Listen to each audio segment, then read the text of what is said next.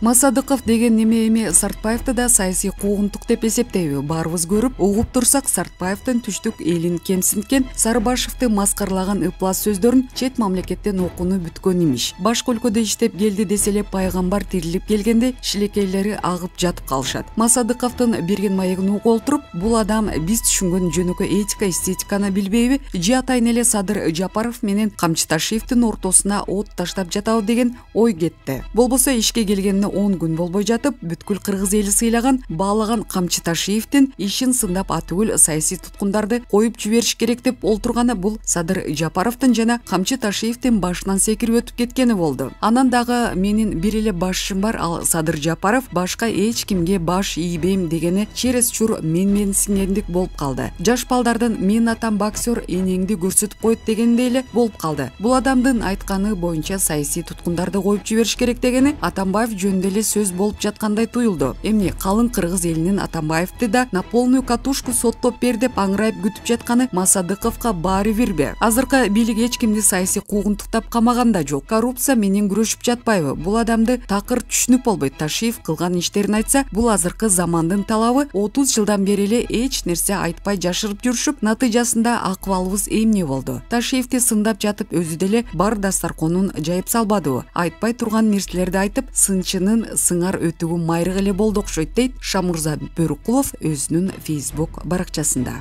Эл чындыкты билсин. Медералиев өзүнүн Facebook баракчасында билдирүү калтырган бөлүнбө кыргыз бөлүнбө. Жаңы эле шаардын киоскилеринде сатылган бир кыргыз тилиндеги гезитти окудум. Этикалык көз караштын негизинде атын атабай эле коюн журналист түндүк түштүк маселесин козгоптур. Тагыраак айтканда оштуктар деп кыйтып жамандап ачык эле статья жазыптыр. Зээним кейип олтурам. Ушундай дагы акмакчылык болобу? Өз алакандай 6 миллион эл болсок, анан бөлүнгөндө кимге оюттур? Мынтип олтурсак бизге душмандын деле кереги жок. Мен атам түштүктөн, апам түндүктөн. Мен үчүн түндүк түштүк маселеси эч качан болгон эмес. Аны козгогон адам өзгөчө саясатта, ал жапайы ниети кара адам. Түндүк түштүк уруу болуп бөлүнгөндү токтотпойлубу туугандар? Элшикте 21-кылым, ал өткөн чак, архаика, өнүгүүгө алып барбайт. Эл чындыкты билсин.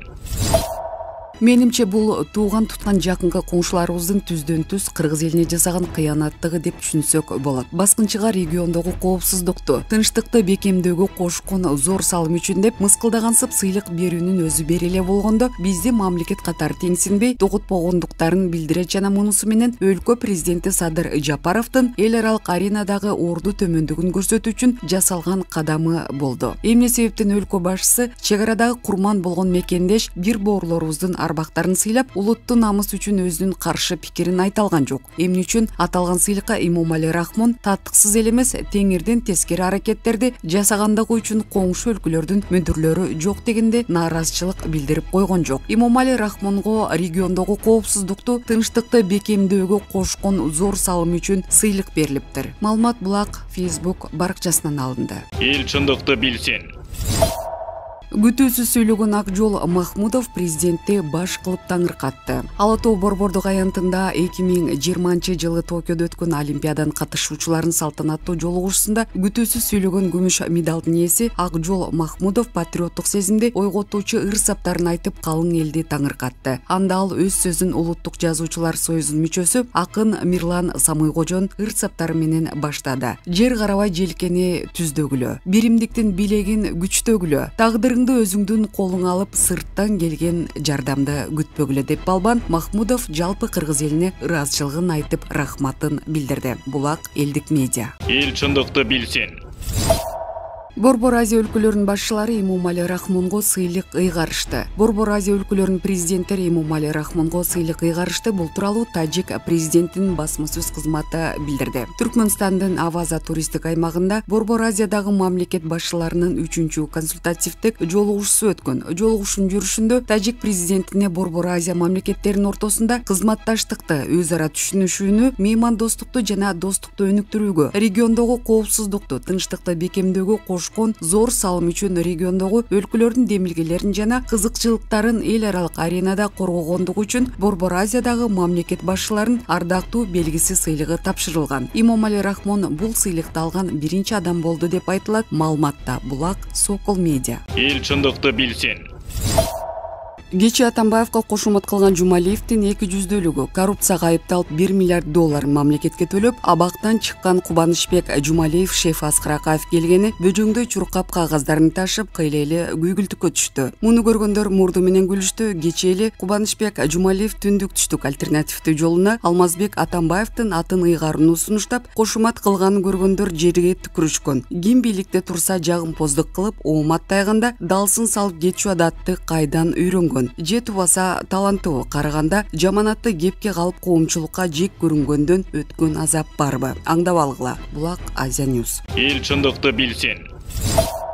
Аскар Акаев эмнеге Токтайм менен кучакташып учурашпады? Токтайм Үмүталиева Кыргызстандагы коомдук саясий ишмерлердин арасынан Акаев Москвага качып кеткен, биринчи күндөн тартып анын таламын ачык талашкан жана узак жылдар бою ал позициясынан кайтпаган жалгыз айым. Кеткен президенттен жүз бурууга, ага каршы чыгууга аракет да жасаган жок. Муну бүт кыргыз эли билет. Аскар Акаев УКМКнын имаратынан чыкканда Токтайм аялдык мээримдүүлүгү менен ага кучагын ача жүгүрдү. Бирок экс-президент андан өзүн оолактатып, журналисттер тарапка басты. Бул видеону троллдор интернетке таратып, моокумдары канганча табалап алышты. Менин көз карашымда бул экс-президенттин өтө калпыстыгы кыргызстандыктардын ага болгон негативин дагы көбөйттү. Айтылып жүргөндөй коомчулукта Аскар Акаев Кумтөр коррупциялык схемасына катышкан деген пикирлер бар. Эми ушундай пикирди экс-президент сотто бир убактарда Феликс Колов жасагандай 3 инстанцияда тең жокко чыгарышы керек. Садыр Жапаров менен жолугушканы элдин шегин жок кылбайт. Тескерисинче көлөкө учурдагы президентке да түшөт. Булак Арбакейчи. Эл чындыкты билсин.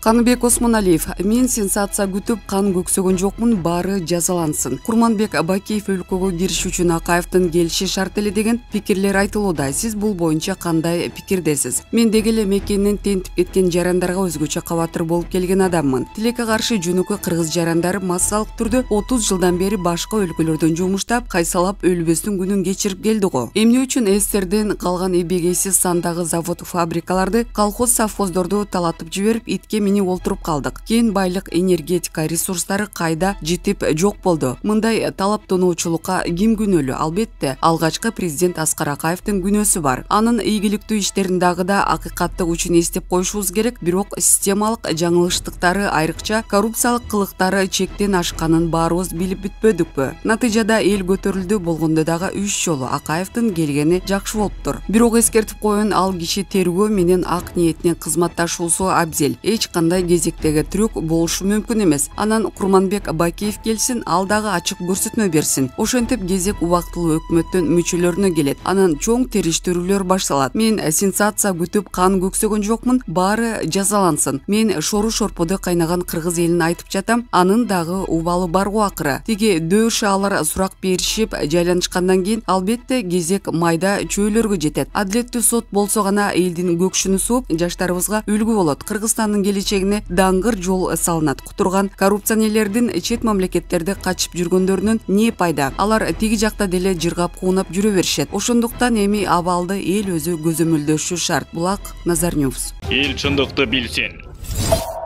Акаев президенттикти мыйзамдуу өткөрүп бербеген үчүн өкүнөм. Бийликтен кулатылган мурдагы президент Аскар Акаев 6 августта кыргызстандыктарга кайрылуу жасап, 16 жылдан кийин мекенине кайтууга шарт түзүп берген үчүн президент Садыр Жапаровго жана Улуттук коопсуздук комитетинин төрагасы Камчыбек Ташиевке ыраазычылык билдирди. Акаев мекенине Кумтөр алтын кен элдин кызыкчылыгы үчүн иштетүү аракетине салымын кошуу максатында келгенин белгилеп, бул долбоор боюнча билген маалыматтын күч түзүмдөрүнө ачык айтып бергенин билдирди. Аскар Акаев мындан тышкары өзү мамлекетти жетектеп турган 15 жыл аралыгында өлкөнүн жетишкендиктерин санап келип, кемчиликтер да болгонун мойнуна алган. Алардын ичинен 2 кемчилик мени дайыма өкүндүрөт. Биринчиси, Аксы окуясы бул трагедияга менин өлкөнү башкаруу мезгилимде жол берилгени жүрөгүмдү жаралап келет. Экинчиси, президенттик кызматты 2005 жылы кийинки президентке конституциялык жол менен өткөрүп бере албай калганым. Бул кемчиликтер үчүн кыргыз эл менен кечирим сурап келгем жана дагы да суранам. Ошону менен катар соңку 16 жылдан бери мен айыгышкан Оппоненттер мага жаап келе жаткан курулай жала, ушактарын чечкиндүү түрдө четке кагам. Алар Акаевдин үзөңгү куушту Кытайларга сатып жибергени, кумтөрдөн алтын акча жеп акцияга ээ болушу, үй бүлө мүчөлөрүн мамлекеттик башкарууга кийлигиштиргени сыяктуу жасалма ойлоп табылган айыптоолор деп жазган кайрылуусунда. Аскар Акаев Кыргызстанды 1990-жылдан 2005-жылга чейин башкарган. 2005-жылы 24-мартта бийликтен кулатылган. Үй бүлөсү менен Кыргызстандан кетип Орусияда жашап жүргөн 2-августта ал Бишкекке келди. Улуттук коопсуздук боюнча мамлекеттик комитети Кумтөр долбоору боюнча козголгон кылмыш ишинин алкагында мурдагы президент Москвадан алып келингенин билдирсе, Акаев бийлик менен сүйлөшүп алып өз эрки менен келгенин айтууда. Акаевка кылмышка шектүү экени тууралуу билдирме 1992-жылы Кумтөр долбоору боюнча башкы макулдашууну түзүүдөгү, ага 1994-жылы өзгөртүү киргизүүдөгү жана 2003-жылы Камека компаниясы менен башкы макулдашууну реструктуризациялоодогу коррупцияга байланыштуу тапшырылган. Булак Азаттык. Эл чындыкты билсин.